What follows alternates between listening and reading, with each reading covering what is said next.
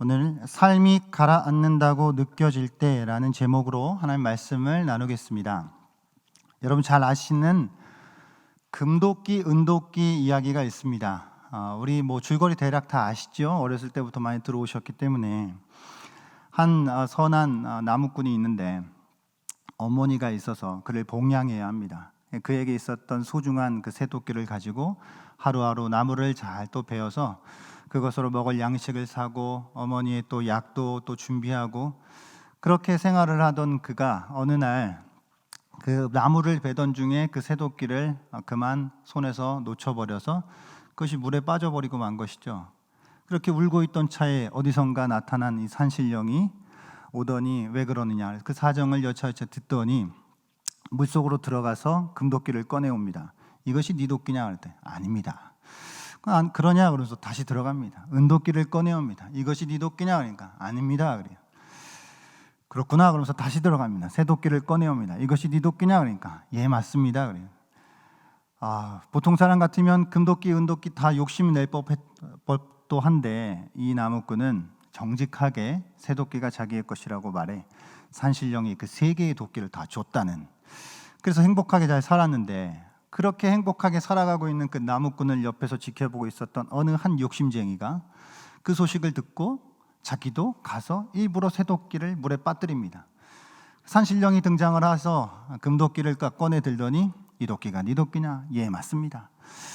은도끼를 다시 꺼내 들더니 이 도끼가 네 도끼냐? 예 맞습니다. 새도끼를 또 꺼내 들더니 이 도끼 네 도끼냐? 아닙니다. 너는 도무지 욕심을 너무 내는구나. 그래서 너는 아무 도끼도 가질 자격이 없다. 그래서 빈손으로 왔다는 그 이야기가 있죠. 여러분 이 이야기에 반전이 있는데요.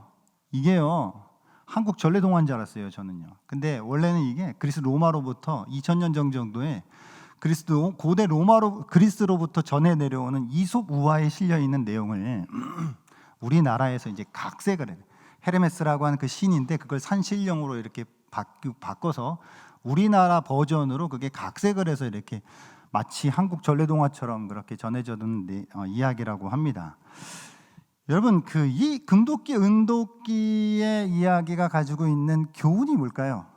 간단하죠. 이런 것이죠. 탐심을 내지 않는 정직하게 살아가는 사람이 복을 받고 행복하게 살아간다는 거예요. 욕심을 내고 막 내 것도 아닌데 막 그 탐심을 부리고 그러면 결국 그건 불행한 삶을 살아간다라고 하는 매우 단순한 교훈을 우리에게 줍니다. 여러분 오늘 우리가 읽은 성경 본문을 누구나 읽으면요 우리에게는 자연스럽게 머릿속에서 이 금도끼, 은도끼 이야기가 떠올려집니다. 이 금도끼, 은도끼는 방금 말씀드렸듯이 그 교훈이 정직하게 살아야 된다는 거예요. 욕심을 막 너무 부리면 안 된다는 거예요. 그 교훈을 우리에게 준단 말이죠.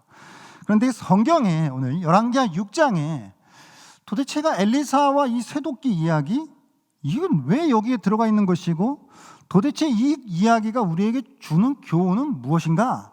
라고 하는 것을 우리가 생각해 보자는 것이죠. 쉽지 않습니다.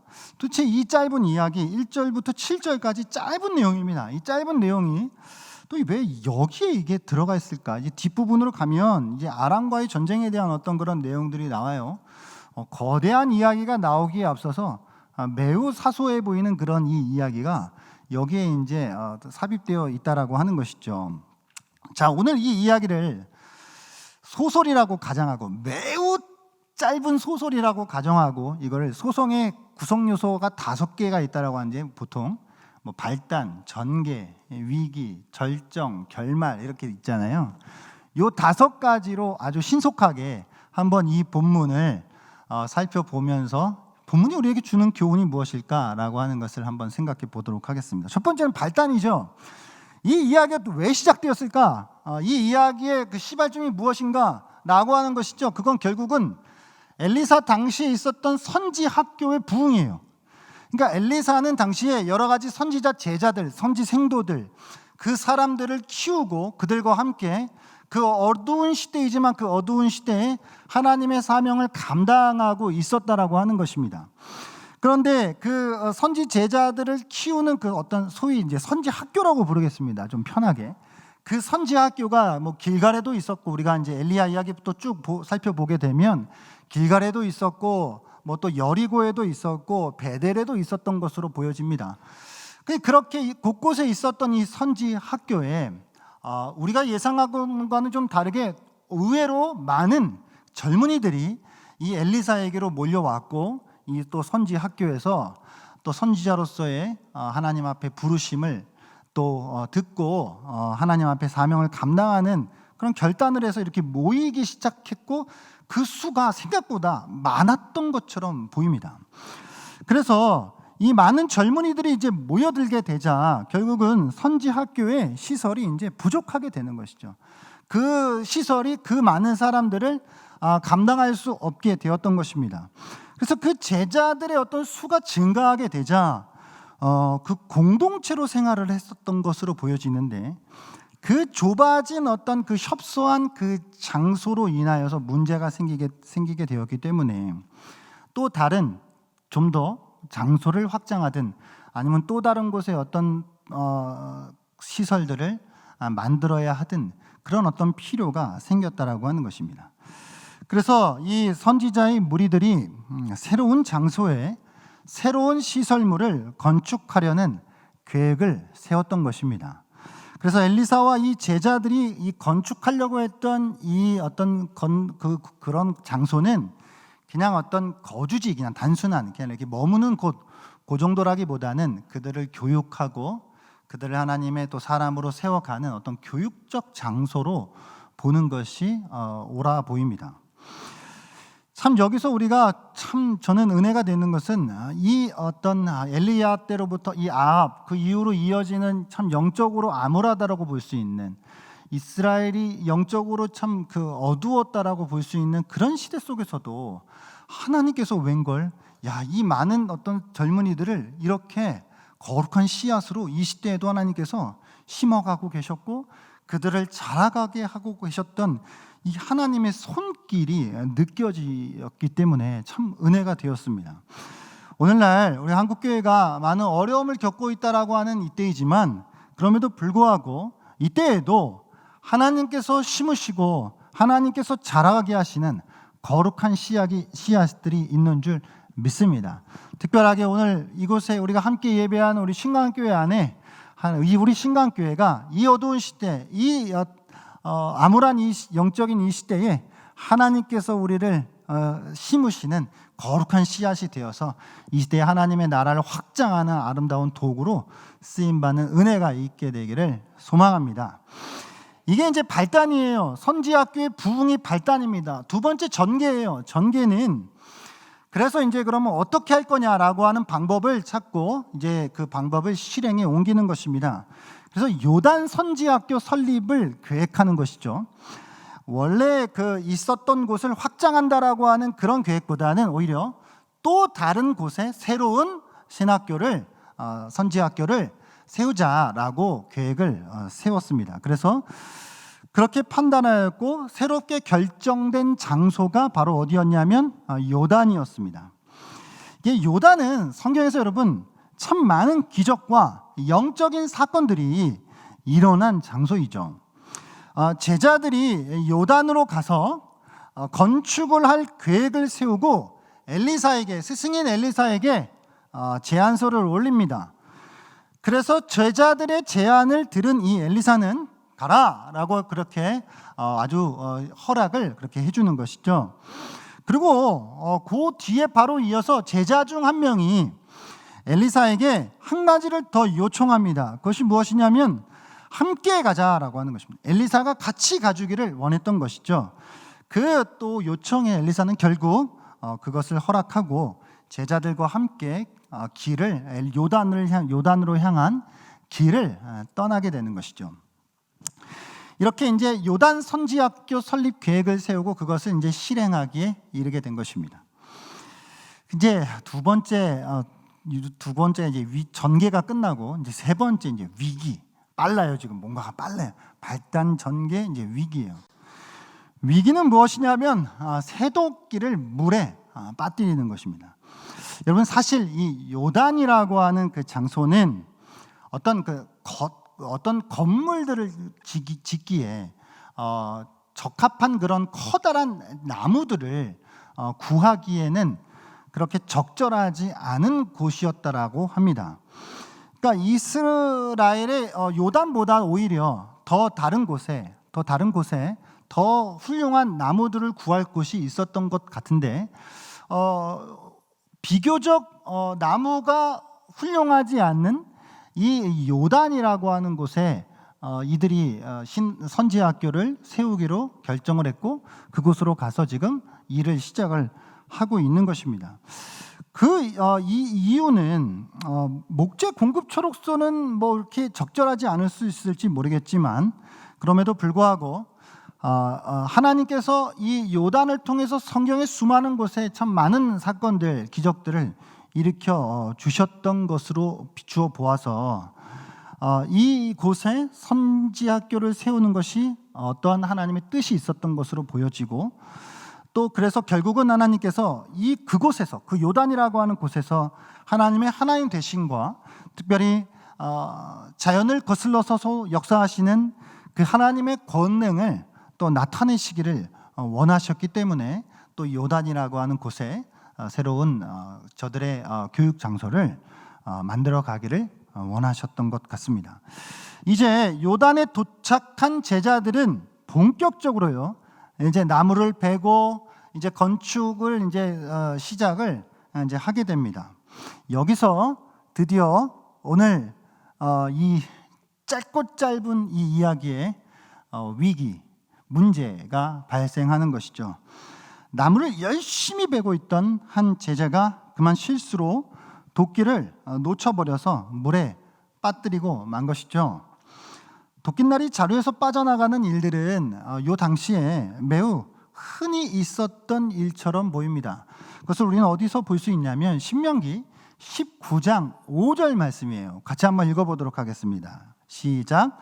가령 사람이 그 이웃과 함께 벌목하러 살림에 들어가서 손에 도끼를 들고 벌목하려고 찍을 때에 도끼가 자루에서 빠져 그의 이웃을 맞춰 그를 죽게 함과 같은 것이라. 이런 사람은 그 성읍 중 하나로 도피하여 생명을 보존할 것이니라. 아멘. 신명기 말씀에도 이렇게 말씀하는 것처럼 이런 어떤 케이스가, 이런 어떤 상황들이 빈번하게 벌어졌던 일인 것 같아요. 이게 보통 때는 떨어져 나간 뭐 도끼날들을 도끼날이 떨어져 나간다 한들 그것을 다시 주워다가 뭐 다시 끼워서 사용하는 것이 매우 뭐 수월한 일이고 큰 일이 아니었지만, 그러나 이 선지 제자에게 있어서의 문제는 그게 물에 빠져 버렸다라고 하는 것이죠. 이제 물에 빠져버리는 이 일이 벌어진 것입니다. 매우 위기의 상황이 발생한 것이죠. 그런데 이 위기의 상황이 네 번째 단계인 절정으로 가요. 절정으로. 물에 빠졌는데 물에 빠진 이 도끼가 내게 아니라 남에게 빌려온 것이라고 하는 위기의 절정을 맞는 것이죠. 빠진 새도끼가 남의 것이었습니다. 그래서 이 제자가 이렇게 외치는 것이죠. 오늘 본문 열왕기 6장 5절 말씀인데 이 말씀 같이 한번 보도록 하겠습니다.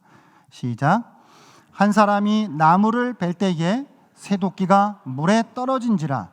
이에 외쳐 이르되 내 주여 이는 빌려온 것이니이다 하니.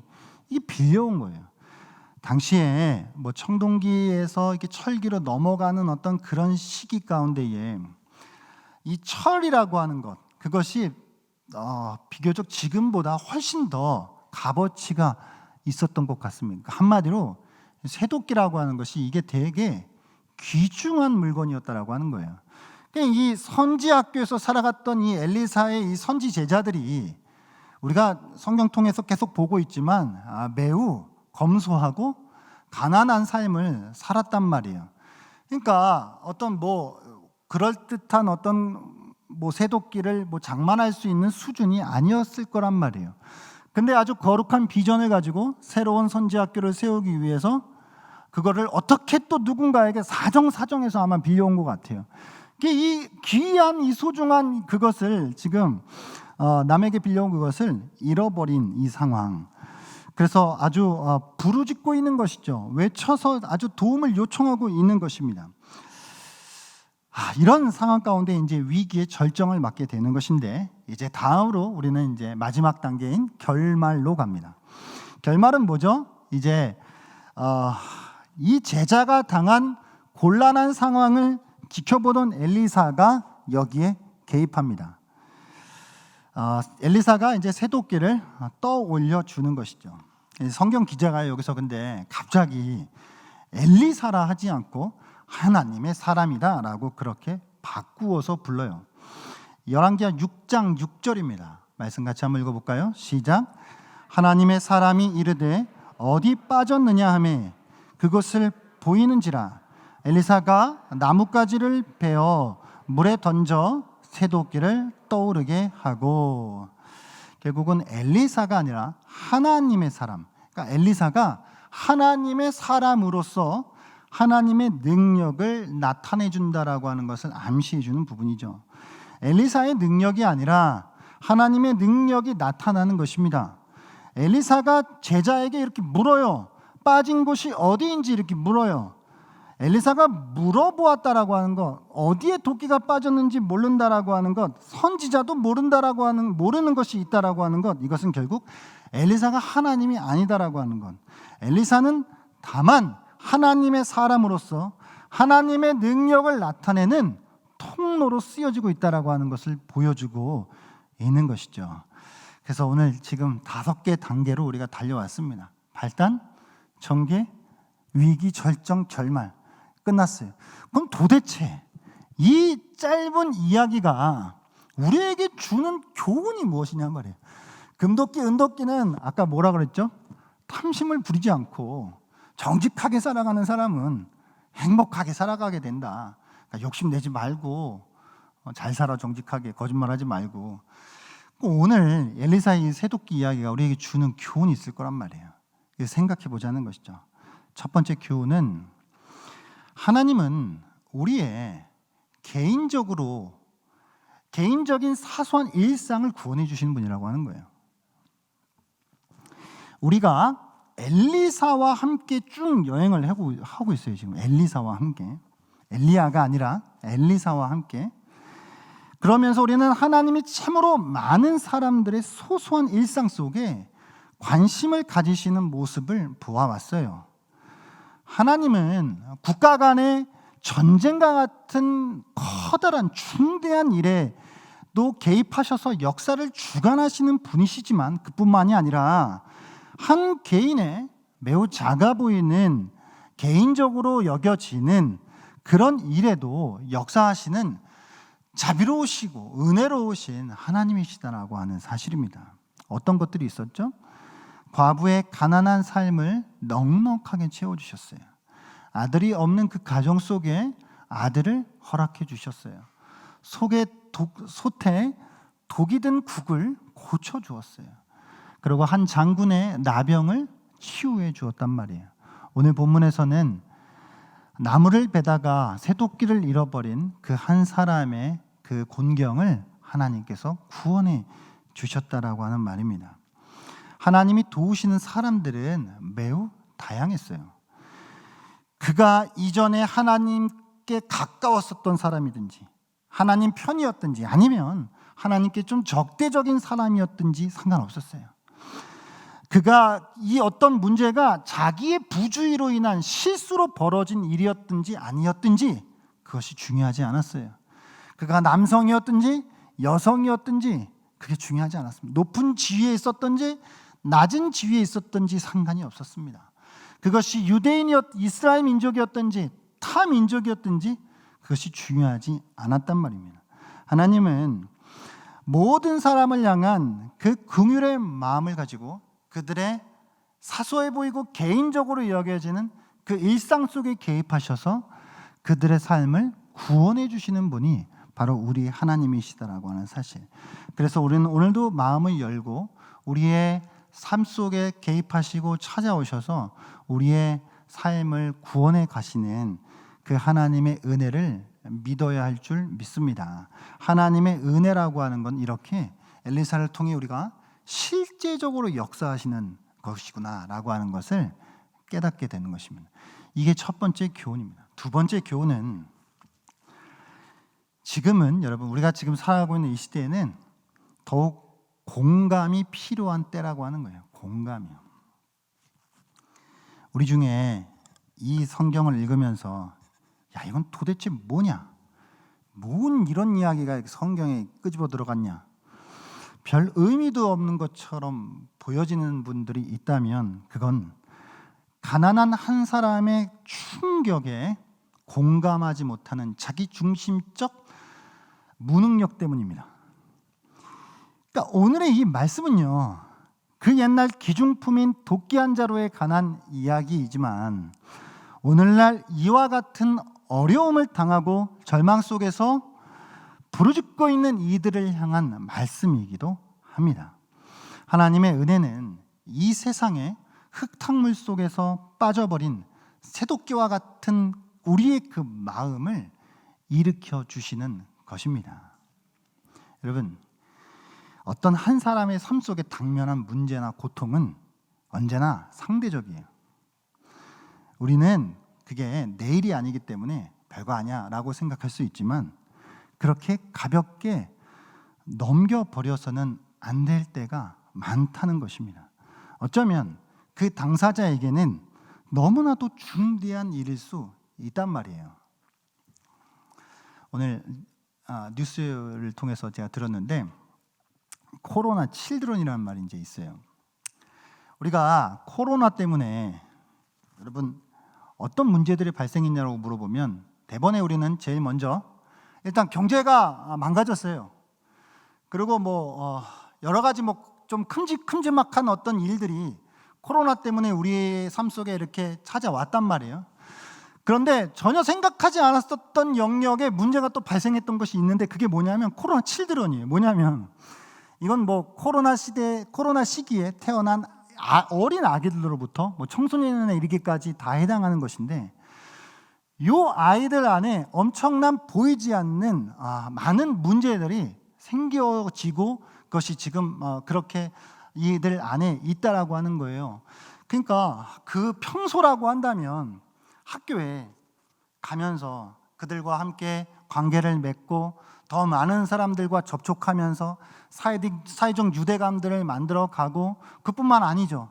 또 아기들이 이렇게 집안에 있으면 그 아이들이 요즘은 대체적으로 엄마 아빠 형제 요 정도만 접촉하는데 그 아이의 접촉의 폭이 원래는 훨씬 더 넓었단 말이에요.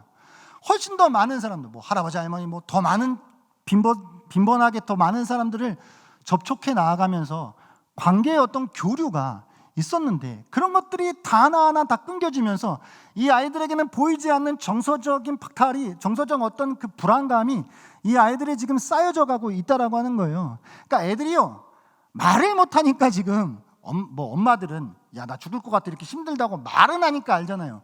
그러니까 애들은 말을 안 하니까 애들이 안 힘든 줄 안 거지 애들이 지금 엄청나게 힘들다라고 하는 거예요.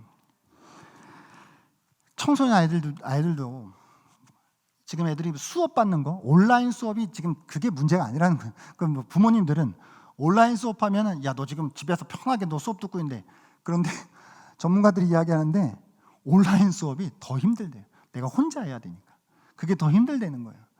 그뿐만 아니라 학교가 공부만 하는 곳입니까? 수학여행가, 수련회가, 축제회, 행사회 그러면서 그 어떤 이벤트들을 통해서 내 안에 있는 어떤 가능성들을 발견할 수 있는 기회가 있고 나의 진로들을 찾을 수 있는 또 기회들이 열려지고 또 관계가 확장될 수 있는 그런 모든 기회가 지금 다 끊겨져 버려서 이 아이들 가운데 보이지 않는 그런 많은 어두움들이 이제 쌓여져 가고 있어서 실질적으로요 서울시 작년에 코로나 이후에 작년에 서울시 청소년의 자살률이 20%가 늘었다고 합니다. 그러니까 이게 지금 심각한 문제로 우리 안에 쌓여져 가고 있는 것인데 우리가 경제 문제, 자영업자 힘들다, 그거 다 힘들어요. 다 아는데 그거는 대놓고 이제 힘든 일이니까 그건 누가 봐도 다 힘든 일이고 어려운 일이니까 그렇게 하는데 말도 못하는 애기들, 걔네들도요 다 힘든 거예요 지금. 그러니까 걔네들이 힘든 걸 우리가 이렇게 사소하게 그렇게 생각할 수 없단 말이에요. 그러니까 다 모든 고통은 다 상대적인데 우리가 또 다른 누군가의 그 아픔과 그 고통에 공감이 더욱 절실하게 필요해지는 때가 바로 이 시대다라고 하는 것을 생각해야 하죠. 제가요, 그 몇 해 전에 한 두세 달 정도 한 우울증으로 우울증 비슷한 그런 어떤 감정들로 되게 힘든 시간들을 보냈어요.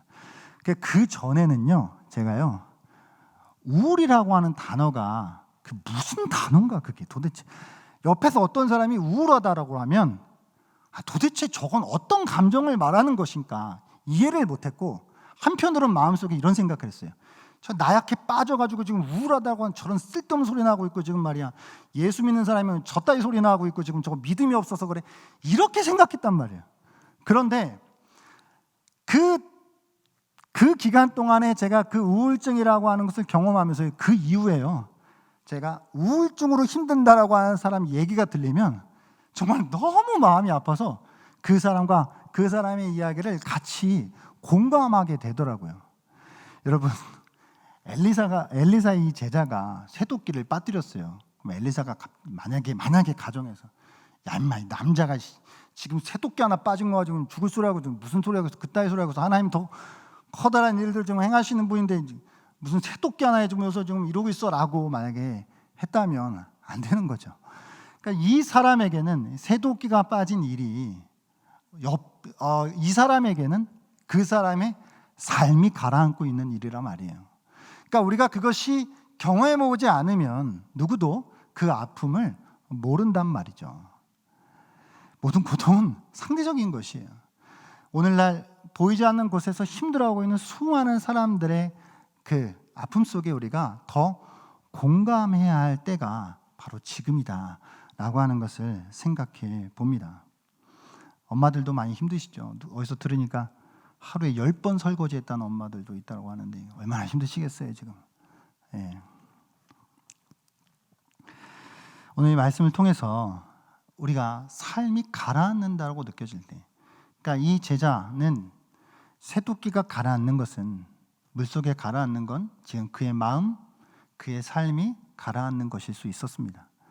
그러나 중요한 것은 하나님은 물속으로 빠져 들어가는 우리의 삶, 우리의 마음, 우리의 어떤 상황들, 그런 것들이 가라앉는 것처럼 느껴질 때에 결국은 우리는 그것이 되게 사소해 보이고 개인적인 일로 엮여진다 할지라도 하나님은 그런 일조차도 찾아오셔서 그 일에 관심을 가지시고 그 일에 함께 하시고 그 일을 건져주시고 구원해 주시는 분이 우리 하나님이시라는 사실을 믿으시기를 바랍니다. 뿐만 아니라 우리의 삶이 가라앉는다라고 느껴질 때에 또 다른 누군가의 삶 속에서도 그들의 마음이 가라앉고 그들의 또 어떠한 삶의 문제들이 또 그렇게 물속으로 빠져 들어가는 것처럼 보이는 그 사람들에게 찾아가 손을 내밀어 그들에게 공감하고 우리가 함께 그들과 할 때에 하나님이 그런 우리의 모습들을 통해서 회복을 이루어 가실 줄 믿습니다.